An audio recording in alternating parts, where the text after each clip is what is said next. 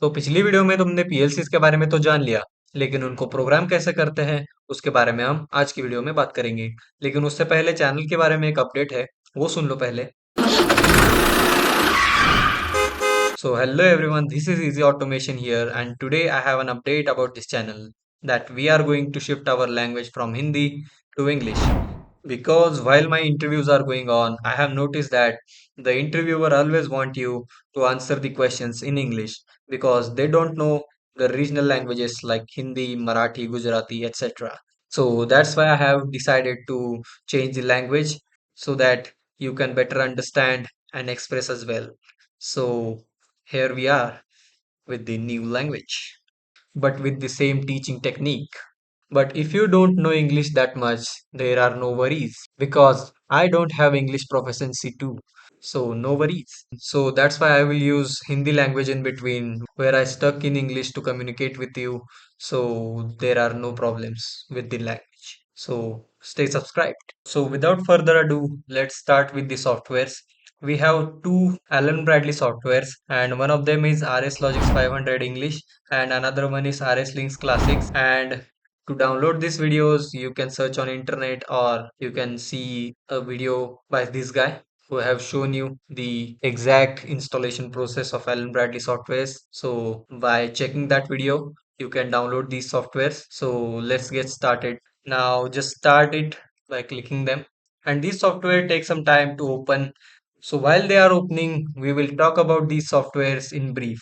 So RSLogix 500. This is the software for Allen Bradley PLC programming, and the RSLinx Classics is for the communication between PC and the PLC. So this is one of the like connection medium in between PLC and PC. So that is information about these softwares.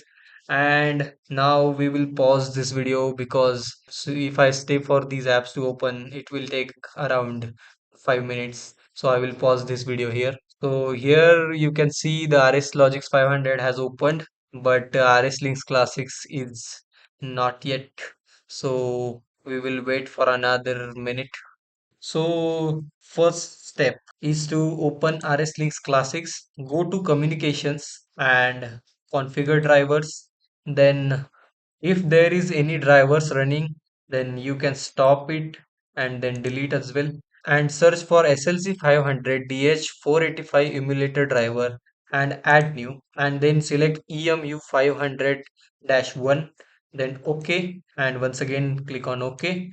And now you can see that the driver has configured and it is running as well. So close this window and minimize RSLinx Classics. Okay, so that was of that RSLinx Classics. So now we will start our RSLogix 500. Maximize this window and then start our new project. So now that we have configured the drivers, now it's time to create one project. Then to create one project, you need to go to File, New, then name your project.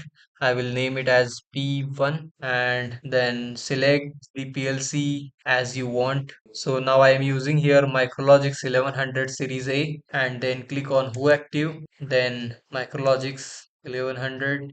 Okay, then click on OK again, and this is how our project window looks like. This is ladder 2. We are in ladder 2 now, and this is our project tree. And here you can see the basic instructions, bit logic instructions, timer counter instructions, input output instructions, etc. We will talk about it later, but now we will just create one small project using one NO contact and a output coil. So click on this NC contact, it will get added in your ladder, and now click on output and this will also get added here, but you can drag this like this, but I will prefer by clicking. Now we need to give the address. For inputs we need to put I:0/0 enter. Then it will ask for the name to the button and I will name it as start. Then click on OK. And then we need to give address to our output O:0/0 enter. Then it asks the name. I will call it BUL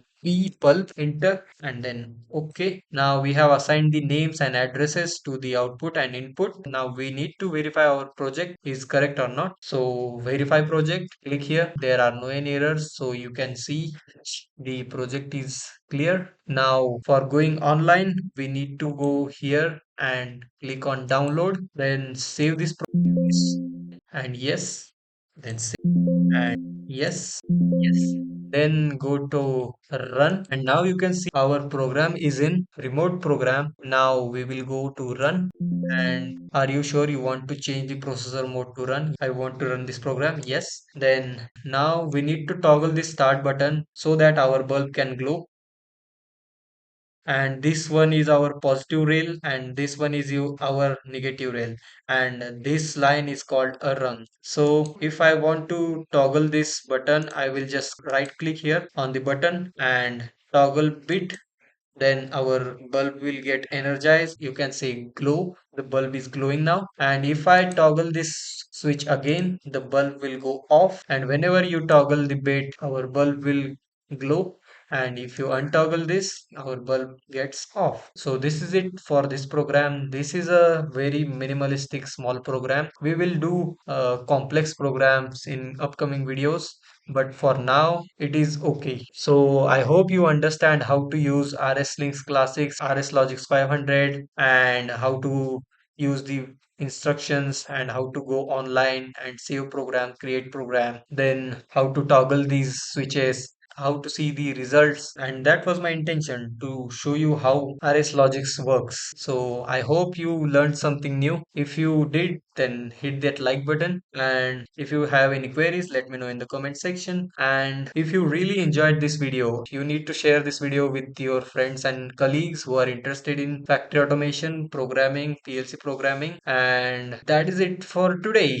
And in the next video, we will talk about the basic rules that you have to follow while creating any ladder logic. So there are some fixed thumb rules which are essential to learn and understand before doing any programming. So in next video, we are going to talk about that. And so to see that video, you need to subscribe our channel and you need to click that bell icon as well so that you get instant notification. I will see you in the next video.